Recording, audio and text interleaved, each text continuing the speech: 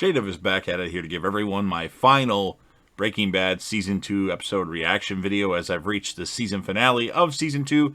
Before I get into that, though, it's pretty important. If you're not caught up to the point where I am in rewatching or watching Breaking Bad, or you just don't know, I suggest that you take the initiative and pay attention to the episode title, which, of course, I'll put in the description as usual. If that happens to be the case and you are not caught up, I would recommend that you don't watch this video any further to avoid any potential spoilers. This is going to be Breaking Bad Season 2, the Season 2 finale, episode number 13. The title of this episode is called ABQ.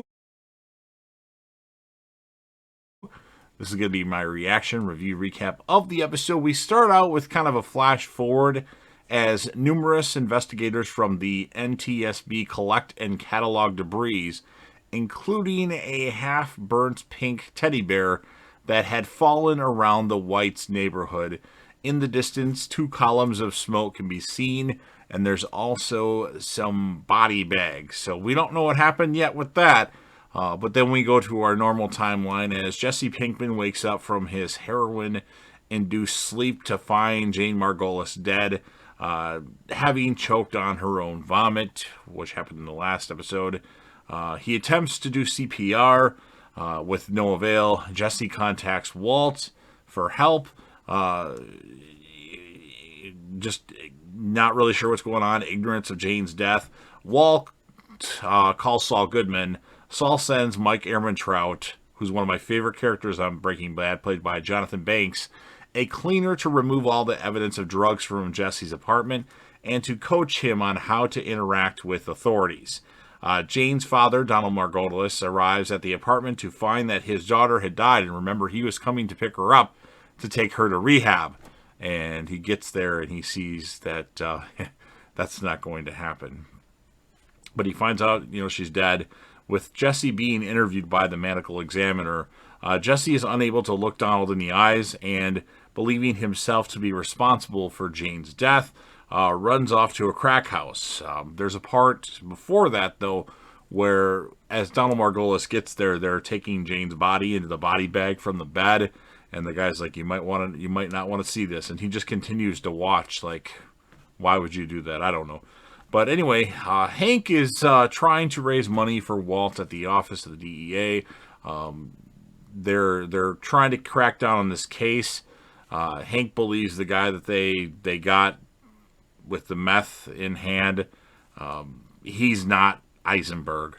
There's no way he's Eisenberg. It doesn't make any sense. He's been in jail too many times, and Eisenberg is more of a mastermind than a guy that just goes to jail or in prison all the time. So he's trying to put the pieces together. They find out the combo had links to the blue, so that's on their radar now. But after this, he's trying to raise money for Walt, like I said, and there's some people there to donate for a fundraiser, and one of them is Gus Fring from Los Poros Hermanos, and he sees Walt's donation thing, asks some questions about it. He's like, yeah, he's got cancer, and then Gus puts money in Walt's donation jar, essentially. So he's keeping his eye on good old Walter White there. Walt, he's preparing to undergo surgery to remove his cancer. The website that Walter Jr. made to bring in anonymous donations is really being used by Saul to launder Walt's drug money, has gained media attention due to its apparent success. Walt is uncomfortable in the spotlight as the site, as of last count, had made over $6,000. And on the day of Walt's operation, he is put under anesthesia. And Skyler asks, do you have your phone? And Walt actually reveals the existence of a second phone because he's like, which one? Making Skyler suspicious of his activities again. I don't think she ever stopped being suspicious because Walt had his stupid cockamamie stories that he always had, or he'd randomly talk about something that was a lie just to kind of like, oh, by the way, this is what you said, and this is, yeah.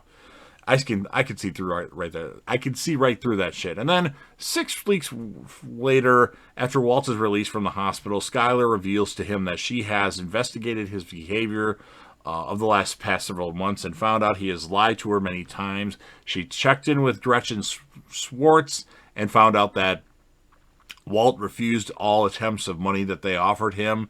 So that was number one lie.